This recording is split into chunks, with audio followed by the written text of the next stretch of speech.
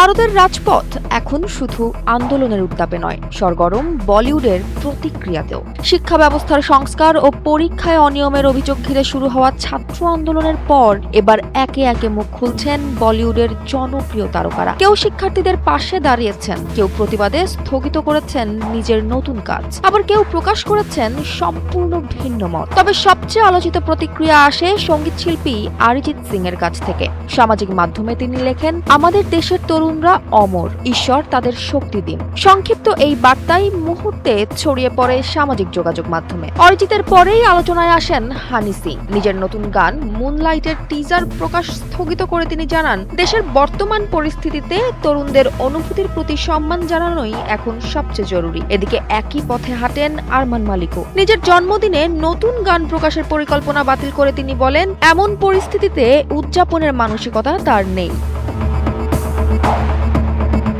শুধু সঙ্গীত শিল্পীরাই নন, বলিউডের অনেক জনপ্রিয় অভিনয় শিল্পীও প্রকাশ্যে সংহতি জানিয়েছেন আন্দোলনরত শিক্ষার্থীদের। যন্তর মন্তরে গিয়ে আন্দোলনকারীদের পাশে দাঁড়িয়েছেন প্রবীণ অভিনেত্রী শাবানা আজমি, অভিনেতা নির্মাতা প্রকাশ রাজ, কৌতুক শিল্পী কুনাল কামরা এবং অভিনেত্রী স্বরা ভাস্কর। এছাড়া দিলজিৎ দোসাঞ্জ, দিয়া মির্জা, হুমা কুরেশি, সোনু সুদ, বীর দাস, রিতেশ দেশমুখ, জেনেলিয়া দেশমুখ, সুহা আলী খান, অদিতি রাও হায়দ্রি, নন্দিতা দাস, সোনাক্ষী সিনহা এবং নসির উদ্দিন শাহ সহ আরও অনেক তারকা আন্দোলনকারীদের প্রতি সমর্থন জানিয়েছেন।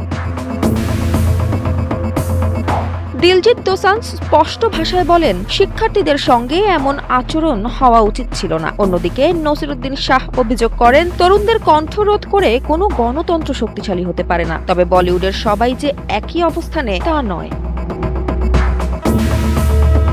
এদিকে গীতিকার মনোজ মুনতাসির আন্দোলনের কড়া সমালোচনা করে আন্দোলনকারীদের একাংশকে দেশদ্রোহী বলে মন্তব্য করেন। যদিও তিনি পরীক্ষায় অনিয়মের তদন্ত এবং দায়ীদের বিরুদ্ধে ব্যবস্থা নেওয়ার পক্ষে মত দেন, তবে ভারতের ছাত্র আন্দোলন শেষ পর্যন্ত কোন দিকে যাবে তা সময় বলে দেবে। কিন্তু এখানে এখন একটি বিষয় স্পষ্ট যে এবার শুধু রাজপথেই নয়, বলিউডও যেন বিভক্ত দুই ভিন্ন মতাদর্শে।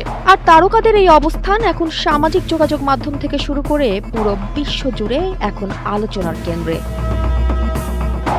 জয়া হাসান, এনটিভি।